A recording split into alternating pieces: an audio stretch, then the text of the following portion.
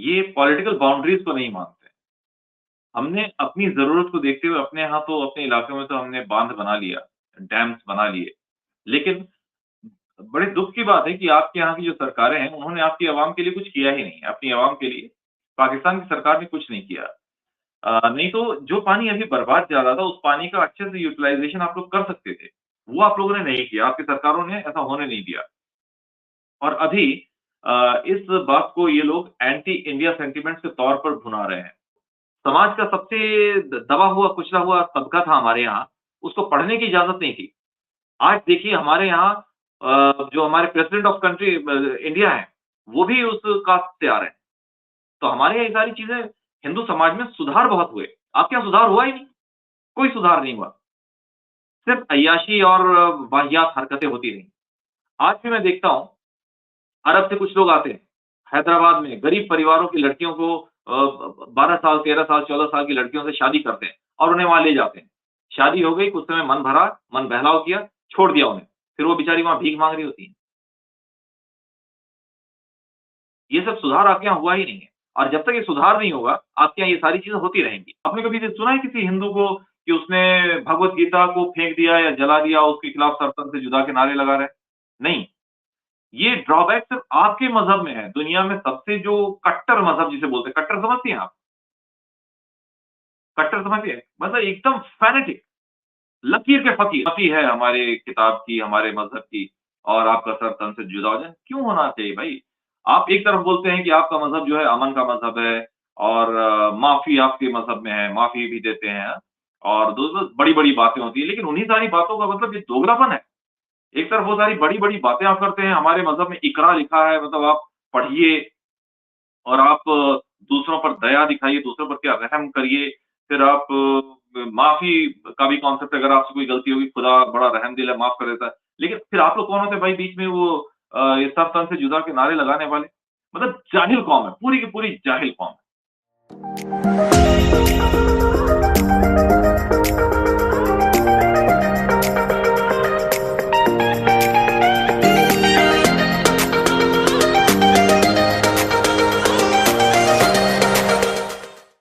Hello and अस्सलाम वालेकुम viewers, मैं विश्वनाथ ज़ैर और आप लोग देख रहे हैं और आपका यूट्यूब चैनल। आज हमें ज्वाइन किया इंडिया से पंकज श्रीवास्तव ने।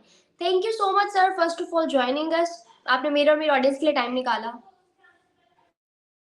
जी, थैंक यू महविश जी, मुझे एक बार फिर अपने शो में जगह देने के लिए और आपके साथ बात करके वाक़ई अच्छा लगता है और ख़ासकर पाकिस्तान की ऑडियंसेस तक अपनी बात पहुँचाने का आपसे बेहतर ज़रिया मुझे अभी तक नहीं मिला है और अच्छा लगता है कि मैं अपनी बातें आपके मुल्क तक पहुँचा पाता हूँ।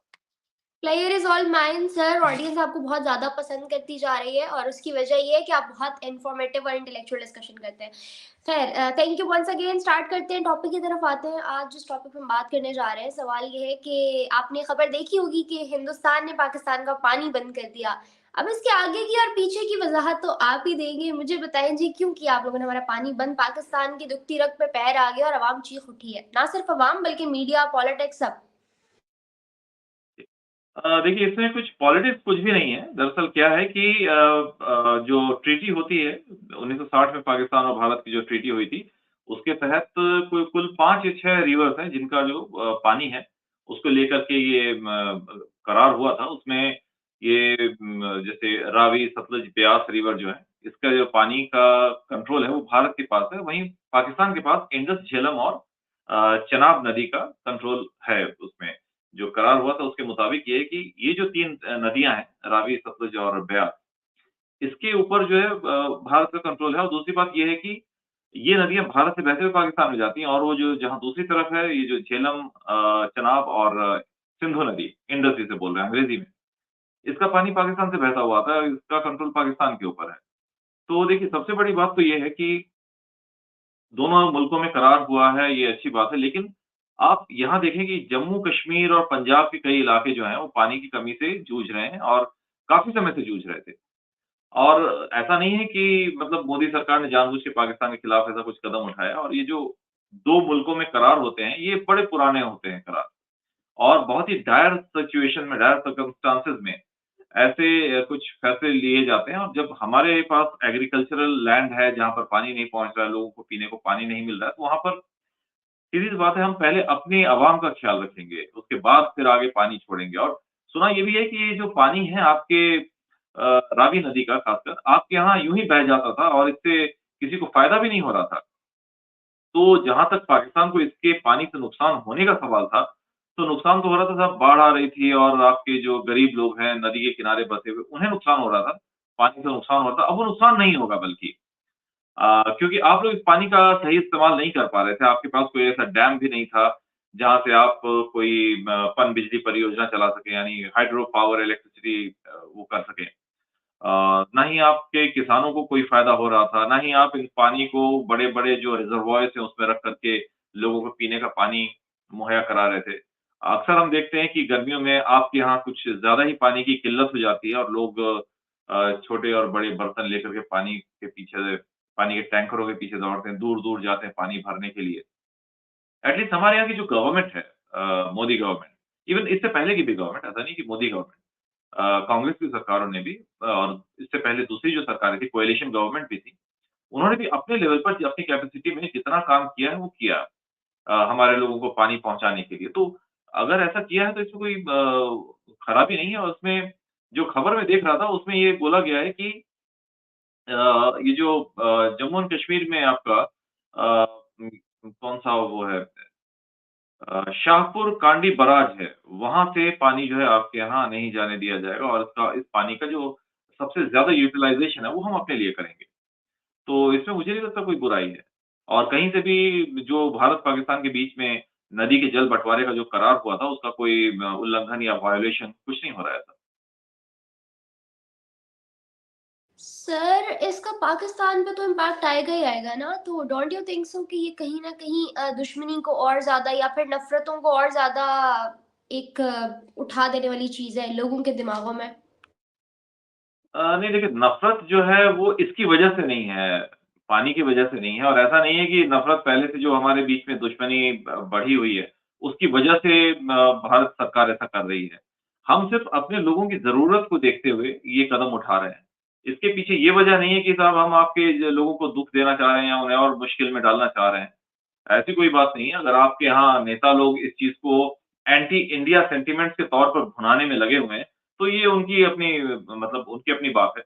इसमें इंडियन गवर्नमेंट कुछ नहीं कर सकती। हम तो सिर्फ़ अपने लोगों को सुविधा देने के लिए ये नदी का पानी जो है, इसका मैक्सिमम यूटिलाइज़ेशन कर रहे हैं और दूसरा आपके यहाँ ये पानी बेकार ही जा रहा था। इसका कोई यूटिलाइज़ेशन हो नहीं रहा था। सर, लास्ट टाइम इंडिया में पानी ज़्यादा हो गया तो लोगों को बचाने के लिए पानी छोड़ दिया गया, अब पानी कम पड़ गया तो लोगों को बचाने के लिए पानी रोक लिया गया। अगर इंडियन गवर्नमेंट इतना सोचती है अपने लोगों का, तो फिर हुँ। इंसानियत के नाते दूसरों का भी सोचना चाहिए और इंसानियत के नाते पाकिस्तानी गवर्नमेंट को भी पाकिस्तानी अवाम का सोचना चाहिए। देखिए होता क्या है, ये जो नदी है, नदी हो गया, पहाड़ हो गया, झरने हो गए, झीलें हो गई, ये पॉलिटिकल बाउंड्रीज़ को नहीं मानते। हमने अपनी ज़रूरत को देखते हुए अपने यहाँ तो अपने इलाकों में तो हमने बाँध बना लिया, डैम्स बना लिए। लेकिन बड़े दुःख की बात है कि आपके यहाँ की जो सरकारें हैं, उन्होंने आपकी आवाम के लिए कुछ किया ही नहीं। अपनी आवाम के लिए पाकिस्तान की सरकार ने कुछ नहीं किया। नहीं तो जो पानी अभी बर्बाद जा रहा था, उस पानी का अच्छे से यूटिलाइज़ेशन आप लोग कर सकते थे। वो आप लोगों ने नहीं किया, आपकी सरकारों ने ऐसा होने नहीं दिया। और अभी इस बात को ये लोग एंटी इंडिया सेंटिमेंट्स के तौर पर भुना रहे हैं। हमने जो अपना ये जो डैम्स वगैरह बनाए हैं, वो उससे हम बिजली भी बना रहे हैं और खेती का काम भी कर रहे हैं, इंडस्ट्रियल यूज़ के लिए, हाउस होल्ड यूज़ के लिए भी दे रहे हैं और दूसरी बात ये है, जब ये जो डैम्स बनाए जाते हैं ना, इनका एक बड़ा ड्रॉबैक है, ये हमें समझने की ज़रूरत है कि देखिए गर्मियों में जब बारिश नहीं हो रही है, जैसे अभी बारिश नहीं हो रही है, तो अभी रिवर फ्लो जो है ना, वाटर फ्लो रिवर्स में बड़ा कम हो जाएगा, पानी बहुत कम हो जाता है। तो उस समय हम क्या करते हैं, हम पानी बचाते हैं, क्योंकि हमारे पास ही पानी नहीं है, तो हम पहले अपना पानी रोकेंगे भई हमें पहले मिल जाए और वो कुछ होता है कुछ क्यूसेक सेंटीमीटर या कुछ क्यूसेक फीट पानी जो है, वो जो रिलीज़ किया जाता है, कुछ नहीं रिलीज़ किया जाता, कुछ अपने यूज़ के लिए रखा जाता है, बँटवारा होता है। लेकिन जब हमारे अपने यूज़ के लिए पानी नहीं है, तो हम पहले अपना यूज़ करेंगे पानी और ब डैम्स के साथ ये होता है कि जब गर्मियों में पानी नहीं बह रहा है, तब हम रोक लेते हैं पानी को हमारी ज़रूरत के लिए। लेकिन जब बाढ़ आती है, उस समय हम पानी रिलीज़ कर देते हैं। अगर नहीं करेंगे रिलीज़, तो हमारे इलाकों में बाढ़ आ जाएगी और हमारे जो डैम्स हैं, वो भी टूट सकते हैं। क्योंकि पानी का एक प्रेशर होता है। जब ज़्यादा मात्रा में पानी इकट्ठा हो जाता है, उसका अपना प्रेशर बिल्ड अप हो जाता है और डैम्स की भी एक कैपेसिटी होती है। कि वो पानी को कितना रोक सकते हैं। डैम्स में जो सिल्टेशन भी हो जाता है समय के साथ-साथ, पुराने जो डैम्स पहले बने थे, उसमें सिल्टेशन का ध्यान नहीं रखा गया था। नीचे सिल्ट जमा होती रह जाती है। वो भी एक प्रेशर देती है बेस को, जो डैम का बेस होता है उसे भी एक प्रेशर देती है। तो उससे क्या होता है कि पूरा का पूरा डैम क्रैक हो सकता है, टूट सकता है। अगर ऐसी सिचुएशन आ गई, तो हमारे यहाँ से तो पानी निकल जाएगा, फिर आपके यहाँ जो सैलाब आएगा उसका कुछ अंदाज़ा नहीं लगाया जा सकता। इसलिए डैम को पानी ओवरफ्लो नहीं करे, डैम के ऊपर ज़्यादा प्रेशर ना बने, इस बात का ध्यान रखते हुए उस पानी को रिलीज़ किया जाता है जिससे कि हमारे इलाके बाढ़ से भी बचे रहें और एक्सेसिव वाटर से वाटर रिज़र्व होने से हमारे इलाकों में या फिर पूरे आपके इलाके में भी खतरा ना बने। तो ये डैम्स की एक एक ड्रॉबैक कह सकते हैं इसे और इसमें अभी तक कोई ऐसी टेक्नीक आज तक डेवलप नहीं हुई है, जो हम इसे सुधार सकें। तो ये डैम का एक ड्रॉबैक है जो हमें सहना पड़ता है। अच्छा सर, एक और अपडेट है मेरे पास, एक और टॉपिक के हवाले से। आप करेक्ट करिएगा कि वो न्यूज़ सही है या नहीं। नोबेल प्राइज़ के लिए, नोबेल पीस अवार्ड के लिए नॉमिनेट किया गया नरेंद्र मोदी जी को। बहुत सारे मीडिया चैनल्स ने इसको कवर भी किया, लेकिन कहीं न कहीं ये भी सुनने में आ रहा था कि ये न्यूज़ सही नहीं है। तो आपको इसके बारे में कोई अपडेट है? जी, वो deputy director of Nobel peace committee ने उनकी जो एक डिप्टी डायरेक्टर हैं, उन्होंने मीडिया रिपोर्ट्स भी दिया है। वो जो पहले ट्विटर बोलते थे, आजकल एक्स बोलते हैं उसे। हुँ, हुँ। उसके ऊपर उन्होंने आकर के ये बात बोला है कि मैंने ऐसा कुछ भी नहीं कहा कि नरेंद्र मोदी जी को नोबेल पीस प्राइज़ के लिए नॉमिनेट किया गया है। और इंडियन मीडिया पता नहीं आपके यहाँ मीडिया ने क्या खबर दी है, लेकिन इंडियन मीडिया इस खबर से पटा पड़ा है ऐसी खबरों से कि ये जो खबर चलाई जा रही है सोशल मीडिया पर ये फेक है, ये सही नहीं है। और हमारी तरफ से भी ऐसा कोई नॉमिनेशन भेजा भी नहीं गया था। नॉर्मली होता है कि आपके यहाँ से भी नॉमिनेशंस भेजे जाते हैं, फिर वो लोग उसकी कमिटी जो है उसके ऊपर विचार करती है नाम के ऊपर कि भई ये नाम है, इसके कॉम्पिटिशन में और कितने नाम आ रहे हैं इस पर्टिकुलर सेक्शन के लिए। तो ऐसा हम लोगों ने कुछ भेजा नहीं था और वो उन्होंने मतलब क्लियर कर दिया इस चीज़ को कि ये फेक खबर है, गलत खबर है, ये सही खबर है नहीं। अच्छा सर, एक और चीज़, पाकिस्तान में कल या परसों एक वाक़या पेश आया है, शायद आपने देखा होगा। परसों की बात है, 2 दिन गुज़र चुके हैं इस चीज़ को। 2 दिन पहले एक वाक़या पेश आया, बाज़ार की भीड़ के अंदर एक लड़की जिसने कुछ अरेबिक लिखा हुआ था उसकी शर्ट पे ऊपर और वो पहने हुए खड़ी थी, तो उसका जो है उसको लेके सर तन से जुदा के नारे लगाए गए और कहा गया कि इसके कपड़े यहीं उतरवा दो, इसकी कमीज़ उतरवा दो, और एक लेडी पुलिस ने आके उसको सेव किया। इस हवाले से अगर आपके पास कोई अपडेट है, तो किस तरह से गौर-व-फ़िक्र करेंगे आप पाकिस्तान की इस इस्लामिक कम्युनिटी के ऊपर? ये देखिए, ये सिर्फ़ पाकिस्तान की इस्लामिक कम्युनिटी नहीं है, इसमें से पाकिस्तान शब्द हटा दीजिए आप, ठीक है? ये इस्लामिक कम्युनिटी का एक बहुत बड़ा ड्रॉबैक है। आप लोग आपका जो रिलिजन है वो पैगनिज़्म के खिलाफ यानी बुत परस्ती के खिलाफ आया था और बुत परस्ती को आप आज भी कुफ़्र मानते हैं, मतलब ये 1400 साल पुराना मज़हब है आपका और उस समय भी आप लोगों ने बुत परस्ती को कुफ़्र माना था। आज भी उसे कुफ़्र माना है और बुत परस्ती के नाम पर कोई भी सिंबल अगर है, अगर हो रहा है तो वो हराम माना जाता है आपके यहाँ। लेकिन दुनिया में एक भी ऐसा मज़हब दिखाइए जो बिना किसी सिंबल के टिका है। आपके यहाँ जो आयत लिखी होती है अरबी में, अरबिक में लिखी होती है, कई लोग दुकान पर, मकान में वो लोग टाँगते हैं। मुझे नहीं मालूम उसमें क्या लिखा है बट अरबिक में लिखा रहता है और उसका कुछ जो आईएसआईएस टाइप के संगठन हैं, कुछ तंज़ीमें हैं, उन्होंने बुरा इस्तेमाल भी किया, खराब तरीके से इस्तेमाल भी किया उसका। तो वो आपका जो एक लोगो है, वो भी तो एक सिंबल है। कई लोगों के घर में मैंने देखा मुसलमानों के घर में वो काबा की तस्वीर टाँगे रहते हैं कैलेंडर में या फिर फ्रेम में, तो वो भी तो एक सिंबल है। तो बिना सिंबल के कोई रिलिजन चल नहीं सकता और सिंबल से आपको इतनी एलर्जी क्यों है? मुझे नहीं समझ में आता। आपकी पूरी सोसाइटी को, आपको नहीं, आपकी पूरी सोसाइटी को सिंबल से इतनी एलर्जी क्यों है? और इतनी नफ़रत क्यों है? ये देखिए, ये जो नफ़रत का जो पैटर्न है ना, ये अब इसमें अगर कुछ ज़्यादा बोला जाए तो वो शायद मेरे खिलाफ भी सर-तन से जुदा के नारे लगने लगेंगे। और हमारे यहाँ भी बहुत सारे मुस्लिम रहते हैं और यूट्यूब का ज़माना है, मुझे भी धर लिया जाएगा कहीं पर। बट ये जो एक चीज़ें हैं कि किसी ने कुछ लिखा है वहाँ पर और वो कोई आदमी आकर के बोल रहा है कि साहब आपने कुरान की कुछ आयतें लिख दी हैं, ये नहीं लिखा होना चाहिए, ये क्या बोलते हैं बेहुरमती है हमारे किताब की, हमारे मज़हब की। और आपका सर तन से जुदा हो जाए, क्यों होना चाहिए भाई? आप एक तरफ बोलते हैं कि आपका मज़हब जो है अमन का मज़हब है और माफ़ी आपके मज़हब में है, माफ़ी भी देते हैं और दो बड़ी-बड़ी बातें होती हैं, लेकिन उन्हीं सारी बातों का मतलब ये दोगलापन है। एक तरफ वो सारी बड़ी-बड़ी बातें आप करते हैं, हमारे मज़हब में इक़रा लिखा है मतलब आप पढ़िए, और आप दूसरों पर दया दिखाइए, दूसरों पर क्या रहम करिए, फिर आप माफ़ी का भी कॉन्सेप्ट अगर आपसे कोई गलती होगी, खुदा बड़ा रहमदिल है, माफ़ कर देता है। लेकिन फिर आप लोग कौन होते हैं भाई बीच में वो ये सर तन से जुदा के नारे लगाने वाले? मतलब जाहिल कौम है, पूरी की पूरी जाहिल कौम है। इसमें मतलब जहालत से भरी हुई कौम है, जिसे सिर्फ़ एक मुद्दा चाहिए। आप देखिएगा जिन लोगों ने अगर उस भीड़ को आप देखें, मैंने देखा उसे सोशल मीडिया पर वायरल हो रहा था वो वीडियो। उसमें एक लेडी सब इंस्पेक्टर या शायद इंस्पेक्टर से ऊपर के रैंक की थी वो किसी तरह बचा के ले जा रही हैं उसे, उस लड़की उसका क्या कसूर था भाई? डिज़ाइन है वो। उस डिज़ाइन में आपने बेगुरमती ढूँढ ली तो आपकी सरदर्दी, उसकी नहीं सरदर्दी है। तो आप मतलब मैं उसके ये साथ जी, मैं जी ये बताएँ। इंटरव्यू प्लान करते मैं ये इंटरव्यू प्लान करते हुए साथ एक पाकिस्तानी को भी रखना चाह रही थी, लेकिन अनफॉर्चुनेटली उनका टाइम नहीं बन पाया तो वो नहीं आ पाई। कि मैं ये सवाल उनसे भी करती कि अभी इस लड़की को इस तरह से ट्रीट किया गया है सिर्फ़ उसकी शर्ट पे कुछ अरेबिक वर्ड्स जिनका मतलब भी नहीं पता उस बिहाफ़ पे।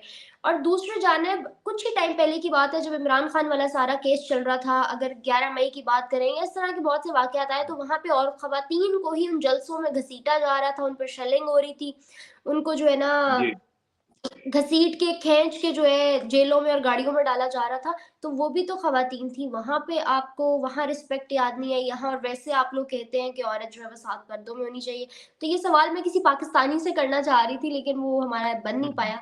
आप दें इसका जवाब। तो देखिए, एक एक चीज़ है मैं देखिए मेरा मज़हब हिंदू है, ठीक है? मुझे इस बात की आज़ादी है, मैं मंदिर-वंदिर नहीं जाता हूँ कभी। मैं भगवान के आगे मत्था नहीं टेकता हूँ। कभी मन किया तो चला गया, कभी मन किया नहीं गया। मतलब मेरा ऐसा सीन है और दोस्तों के साथ जब हमारी बातचीत होती है मज़हब के ऊपर, तो मैं कई बार भगवान को वो लोग कुछ बोलते हैं तो मैं कुछ उसके खिलाफ भी बोल देता हूँ, भगवान के खिलाफ भी, मैं बोल देता हूँ, ठीक है? और हमारे मज़हब में सर-तन से जुदा होता ही नहीं। मेरा मज़हब मुझे इस बात की आज़ादी देता है कि मैं मंदिर के जो सैंक्टम सैंक्टोरियम है, गर्भगृह, जहाँ मूर्ति रखी रहती है, बुत रखा रहता है, मैं वहाँ पर खड़ा होके मंदिर के पुजारी से बोल सकता हूँ, बोलने की आज़ादी रखता हूँ कि मैं तुम्हारे खुदा को नहीं मानता, मैं तुम्हारे भगवान को नहीं मानता हूँ। वो पुजारी क्या करेगा पता है? वो मेरे खिलाफ सर-तन से जुदा के नारे नहीं लगाएगा। वो बड़े ही क्या बोलते हैं उसे पोलाइटली मुझे ये बोलेगा कि जनाब अगर आप नहीं मानते हैं, इस भगवान को नहीं मानते हैं, इस मज़हब को नहीं मानते, तो ये आपकी मर्ज़ी है। इसमें मैं कुछ नहीं कर सकता। अगर आप मानना चाहेंगे तो आप आइए, मैं आपको गाइड करूँगा, वो ये बोलेगा। इससे ज़्यादा हमारे यहाँ कुछ नहीं होता। आपने कभी ये सुना है किसी हिंदू को कि उसने भगवत गीता को फेंक दिया या जला दिया, उसके खिलाफ सर-तन से जुदा के नारे लगा रहे हैं? नहीं। ये ड्रॉबैक सिर्फ़ आपके मज़हब में है। दुनिया में सबसे जो कट्टर मज़हब जिसे बोलते हैं, कट्टर समझती हैं आप? कट्टर समझिए? मतलब एकदम फ़ैनेटिक, लकीर के फ़कीर, जाहिल लोग, ये सिर्फ़ आपके मज़हब में। सलमान रुश्दी का क्या हाल किया? उसने लिखी थी किताब द सैटेनिक वर्सेस। ये किताब शायद 1987 1987 में लिखी थी। आपका तो जन्म भी नहीं हुआ होगा उस समय। उस समय से इराक, ईरान पता नहीं कहाँ-कहाँ नारे लग रहे हैं। मैं उस समय से देख रहा हूँ। सलमान रुश्दी के खिलाफ नारे लग रहे हैं और अभी वो न्यूयॉर्क में 2 साल पहले उसे बेचारे को एक चाकू मार ही दिया गर्दन में। सुना उसकी एक आँख डैमेज हो गई, नस जो थी एक यहाँ से जाने वाली आँख में, वो एक आँख डैमेज हो गई उसकी। कैसा मज़हब है? कैसे लोग हैं ये लोग? हैं, कहाँ से आ रहे हैं ये लोग? समझ में आ रहा है मुझे। मुझे तो मतलब आपको समझ में आ रहा है, मुझे तो नहीं समझ में आ रहा है। कहाँ से आते हैं ये लोग जो मतलब दोगली बातें करते हैं कि मज़हब में ये है, वो है और करते कुछ नहीं सच जहालत के काम के अलावा कुछ नहीं करते हैं। अभी आईएसआईएस ने क्या किया मज़हब के नाम पर $250 में गुलाम औरतों को बंधक बना के गुलाम बना के बेचा। आपने देखा था ना वो आईएसआईएस ने जब स्प्रिंग रिवॉल्यूशन के बाद ये आईएसआईएस का उदय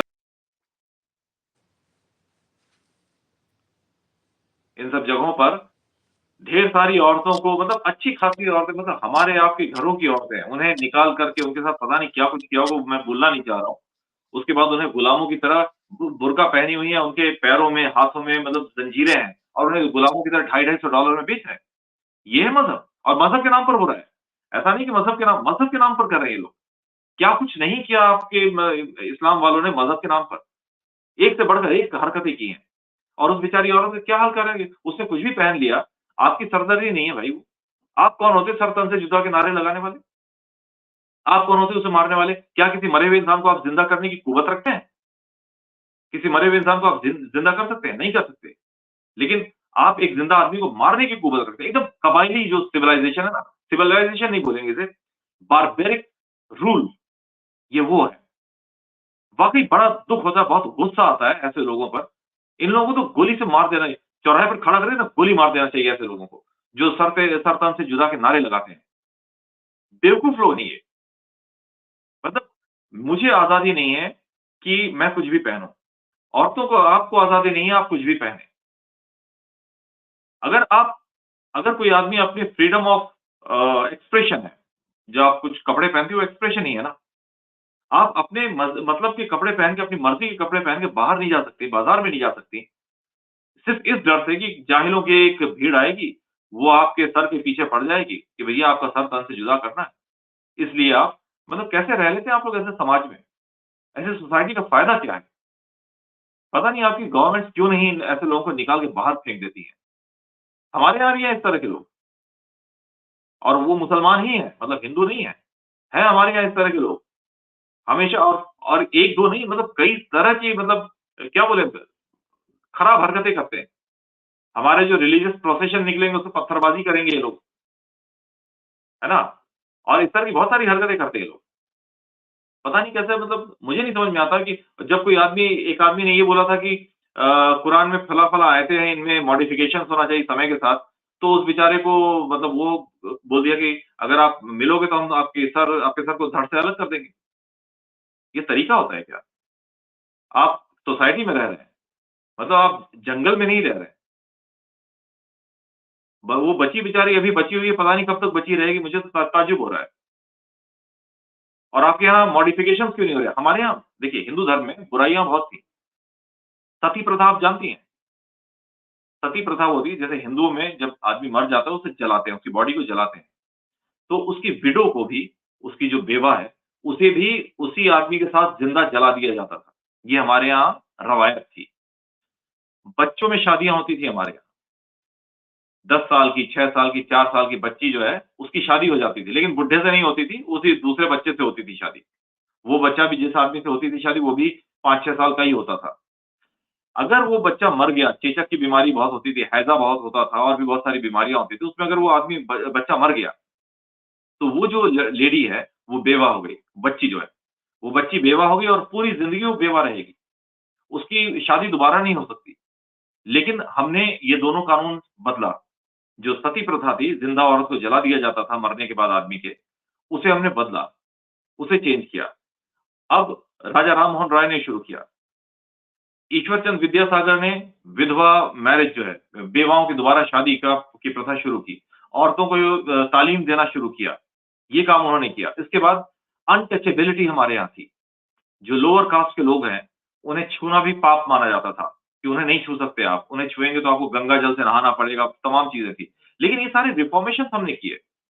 जो समाज का सबसे दबा हुआ, कुचला हुआ तबका था हमारे यहाँ, उसको पढ़ने की इजाज़त नहीं थी। आज देखिए हमारे यहाँ जो हमारे प्रेसिडेंट ऑफ कंट्री इंडिया हैं, वो भी उस कास्ट से आ रहे हैं।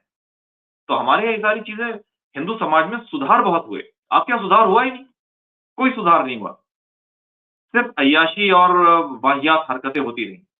आज भी मैं देखता हूँ, अरब से कुछ लोग आते हैं, हैदराबाद में गरीब परिवारों की लड़कियों को 12 साल, 13 साल, 14 साल की लड़कियों से शादी करते हैं और उन्हें वहाँ ले जाते हैं।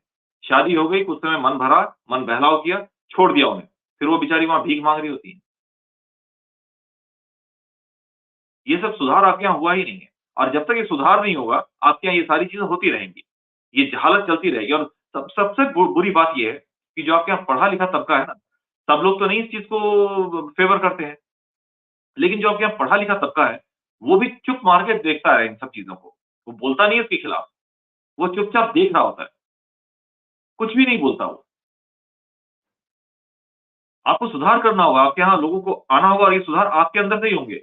बाहरी आके नहीं सुधार करेगा। ऐसे ही एग्ज़ैक्टली। बहरहाल सर, इन सारी चीज़ों को सोसाइटी में तो हम लोग भी देखकर, being a part of youth, मैं देखकर इतना डिप्रेस होती हूँ कि इसी वजह से मैं, मेरे पास जो ज़रिया है उस पे हम लोग इसको डिस्कस करते हैं, इसको कंडेम करते हैं, इसको बेहतरी की तरफ ले जाने के तरीके ढूँढते हैं। लेकिन हमारी सोसाइटी में ये चेंज मुझे लगता है जनरेशन गैप के साथ ही आ सकता है, या लोगों को ज़्यादा से ज़्यादा एजुकेट करने से आ सकता है। बहरहाल इसको वाइंड अप करते हैं। Hopefully it was a great session. Thank you so much viewers for watching. Thank you so much sir for your time.